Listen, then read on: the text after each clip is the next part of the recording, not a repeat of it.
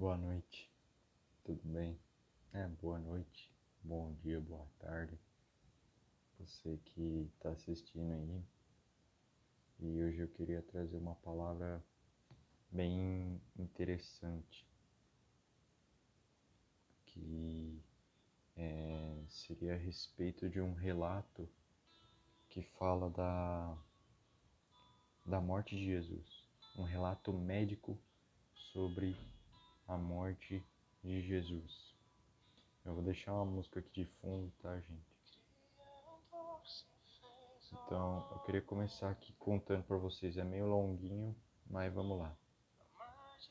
Começa assim, ó. Sou um cirurgião e dou aulas há algum tempo. Por 13 anos vivi em companhia de cadáveres e durante a minha carreira estudei anatomia a fundo. Posso, portanto, escrever sem presunção a respeito de morte como aquela. Jesus entrou em agonia no Getsemane, e seu suor tornou-se como gotas de sangue a escorrer pela terra. Um relato sobre a morte de Cristo. O único evangelista que relata o fato é um médico, Lucas, e o faz com a precisão de um clínico. O suar sangue ou hematidrose é um fenômeno raríssimo. É produzida em condições excepcionais. Para provocá-lo é necessária uma fraqueza física, acompanhada de um abatimento moral violento causado por uma profunda emoção, por um, por um grande medo. O terror, o susto, a angústia terrível de sentir-se carregado de todos os pecados dos homens devem ter esmagado Jesus. Tal tensão extrema produz o rompimento das finíssimas veias capilares que estão sobre as glândulas sudoríparas. Meu Deus. O sangue se mistura ao suor e se concentra sobre a pele, e então escorre por todo o corpo até a terra. Conhecemos a farsa do processo preparado pelo Sinédrio hebraico, o envio de Jesus a Pilatos e o desempate entre o procurador romano e Herodes. Pilatos cede e então ordena a flagelação de Jesus. Os soldados despojam Jesus e o prendem pelo pulso a uma coluna do pátio. A flagelação se efetua com tiras de couro múltiplas, sobre as quais são fixadas bolinhas de chumbo e pequenos ossos. Os carrascos devem ter sido 2, um de cada lado e de diferente estatura. Golpeiam com chibatadas a pele, já alterada por milhões de microscópicas hemorragias de suor do sangue. A pele se dilacera e se rompe, o sangue espirra. A cada golpe Jesus reage em um sobressalto de dor. As forças se esvaem, não sei como é que fala essa palavra aqui. Um suor frio lhe impregna a fronte, a cabeça gira em uma vertigem de náusea, calafrios lhe correm ao longo das costas. Se não estivesse preso no alto pelos pulsos, cairia em uma poça de sangue. Depois o escárnio da coroação, com longos espinhos mais duros que de acácia. Os algozes entrelaçam uma espécie de capacete e o aplicam sobre a cabeça. Os espinhos penetram no couro cabeludo, fazendo-o sangrar. Os cirurgiões sabem o quanto sangra o couro cabeludo. Pilatos, depois de ter mostrado aquele homem dilacerado à multidão feroz, o entrega para ser crucificado. Colocam sobre os ombros de Jesus o grande braço horizontal da cruz. Pesa uns 50 quilos. A estaca vertical está plantada sobre o Calvário. Jesus caminha com os pés descalços pelas ruas de terreno irregular, cheias de pedregulhos. Os soldados o puxam com as cordas. O percurso é de cerca de 600 metros. Jesus, fatigado, arrasta um pé após o outro. Frequentemente cai sobre os joelhos, e os ombros de Jesus estão cobertos de chagas. Quando ele cai por terra, a viga lhe escapa, escorrega e lhe esfola o dorso. Sobre o Calvário tem início a crucificação. Os carrascos despojam o condenado, mas a sua túnica está colada nas chagas e tirá-la produz por atroz. Quem já tirou uma atadura de gaze de uma grande ferida percebe do que se trata. Cada fio de tecido adere à carne viva. Ao levarem a túnica, se laceram as terminações nervosas postas em descoberto pelas chagas. Os carrascos dão um puxão violento. Há um risco de toda aquela dor provocar uma síncope, mas ainda não é o fim. O sangue começa a escorrer. Jesus é deitado de costas. As suas chagas se incrustam de pé e pedregulhos. Depositam-no sobre o braço horizontal da cruz. Os algozes tomam as medidas. Com uma broca é feito um furo na madeira para facilitar a penetração dos pregos. Os carrascos pegam um prego, um longo pedro pontudo e quadrado. Apoiam-no sobre o pulso de Jesus.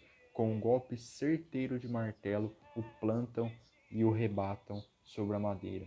Jesus deve ter contraído o rosto assustadoramente. O nervo mediano foi lesado. Pode-se imaginar aquilo que Jesus deve ter provado. Uma dor lancinante, agudíssima, que se difundiu pelos dedos e espalhou-se pelos ombros atingindo o cérebro. A dor mais insuportável que um homem pode provar, ou seja, aquela produzida pela lesão dos grandes troncos nervosos. Provoca uma síncope e faz perder a consciência. Em Jesus não. O nervo é destruído só em parte. A lesão do tronco nervoso permanece em contato com o prego. Quando o corpo for suspenso na cruz, o nervo se esticará fortemente como uma corda de violino esticada sobre a cravelha. Meu Deus. A cada solavanco, a cada movimento, vibrará despertando dores dilacerantes. Um súplico que durará 3 horas. Calma aí que parou um negócio aqui.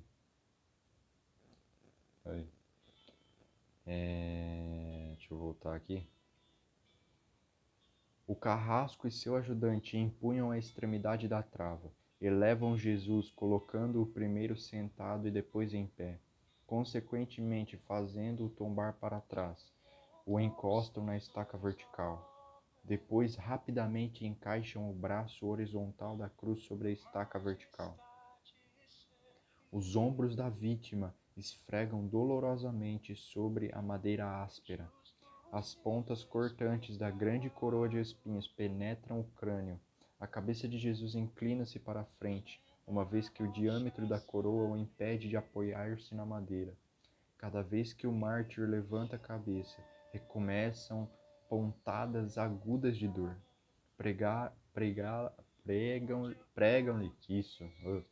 Pregam-lhe os pés. Ao meio-dia, Jesus tem sede. Não bebeu desde a tarde anterior. Seu corpo é uma máscara de sangue.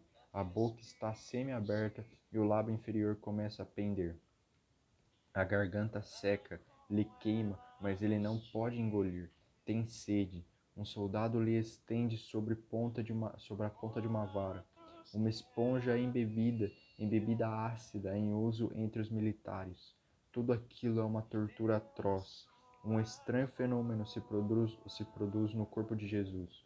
Os músculos dos braços se engirecem em uma contração que vai se acentuando. Os deltoides, os bíceps esticados e levantados, os dedos se curvam. É como acontece a alguém ferido de tétano. E há isto que os médicos chamam tetania, quando os sintomas se generalizam. Os músculos do abdômen se engirecem em ondas imóveis. Em seguida, aqueles entre as costas, os do pescoço e os respiratórios. A respiração se faz pouco a pouco mais curta. O ar entra com um síbilo, acho que é isso, mas não consegue mais sair. Jesus respira com o ápice dos pulmões. Tem sede de ar. Como um asmático em plena crise, seu rosto pálido pouco a pouco se torna vermelho. Depois se transforma num violeta púrpura e se e enfim em cianítico. Jesus é envolvido pela asfixia. Os pulmões cheios de ar não podem mais esvaziar-se. A fronte está impregnada de suor. Os olhos saem fora de órbita. Mas o que acontece? Lentamente, com um esforço sobre-humano, Jesus toma um ponto de apoio sobre os pregos dos pés. Esforça-se a pequenos golpes, se eleva, aliviando a tração dos braços. Os músculos do tórax se distendem, a respiração torna-se mais ampla e profunda. Os pulmões se esvaziam e o rosto recupera a palidez inicial. Por que esse esforço? Porque Jesus quer falar: Pai, perdoa-lhes porque não sabem o que fazem. Logo em seguida, o corpo começa a afrouxar-se de novo e a asfixia recomeça. Foram transmitidas 7 frases pronunciadas por ele na cruz. Cada vez que quer falar, deverá elevar-se, tendo como apoio o prego dos pés. Inimaginável. Atraídas pelo sangue que ainda escorre pelo coágulo, enxames de moscas unem ao redor do seu corpo, mas ele não pode enxotá-las. Pouco depois, o céu escurece, o sol se esconde. De repente, a temperatura diminui. Logo serão 3 da tarde. Depois de uma tortura que dura 3 horas, todas as suas dores, a sede, as cãibras, a asfixia, o latejar dos nervos medianos, lhe arrancam um lamento. Meu Deus, por que me abandonaste? Jesus grita: tudo está consumado. Em seguida, num grande brado diz: Pai, nas tuas mãos entrego o meu espírito. E morre em meu lugar e no seu. Eu sei que ficou meio grande esse texto aqui, mas esse texto aqui ele traz uma mensagem, a mensagem de Jesus na cruz. E cara, como Jesus sofreu na cruz por nós. Como Jesus sofreu na cruz. Você vê esse texto aqui, é só você pesquisar no Google depois se não ficou muito claro. Mas como Jesus sofreu por mim e por você, para que eu e você hoje tivéssemos a liberdade, para que eu e você hoje tivéssemos a aliança, tivéssemos a oportunidade de ir para o céu. Porque, eu não sei se você sabe, mas antigamente o que nós merecíamos é sofrer eternamente no inferno.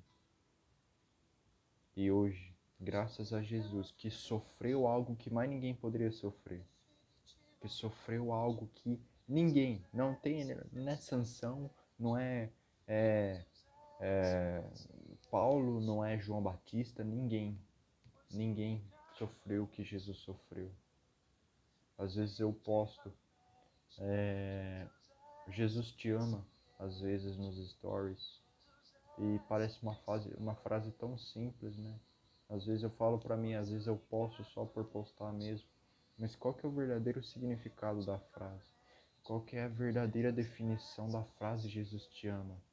Ei, ele fez isso daqui não porque Deus pediu para ele fazer, ele não fez isso daqui por obrigação, ele fez isso daqui por amor, um amor, eita, não é, calma aí que deu um negócio aqui, um amor incondicional, um amor puro, um amor totalmente intencional por mim e por você. É às vezes a única coisa que a gente faz é sentar no banco da igreja e ficar lá, e só vem de domingo a domingo. Não, Jesus não morreu para que nós vivêssemos uma vida assim.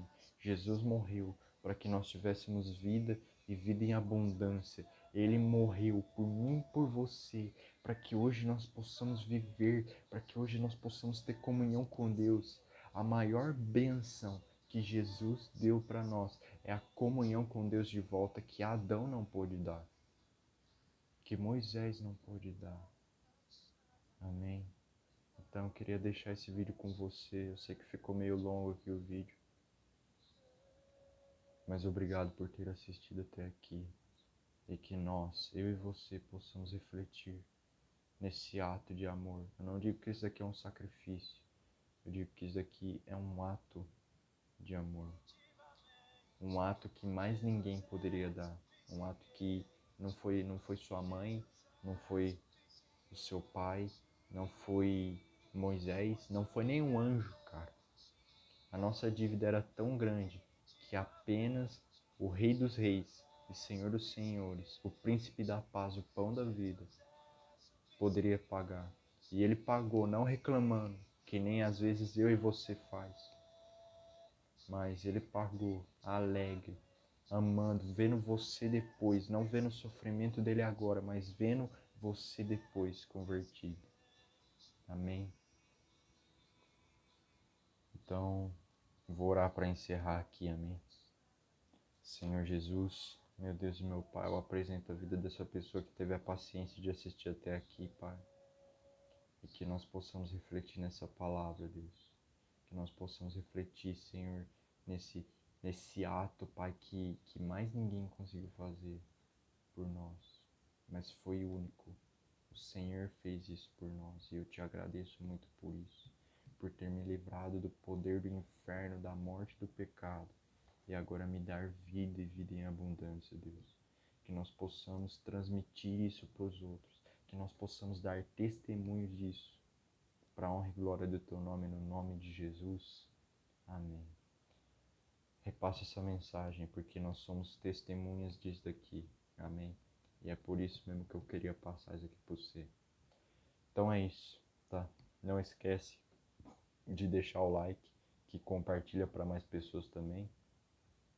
Também joga aí nos seus status, não sei, né? Coloca no Instagram, não sei. E é isso, tá? Fique com Deus e Jesus te ama demais. E se inscreva no canal também. E é nóis.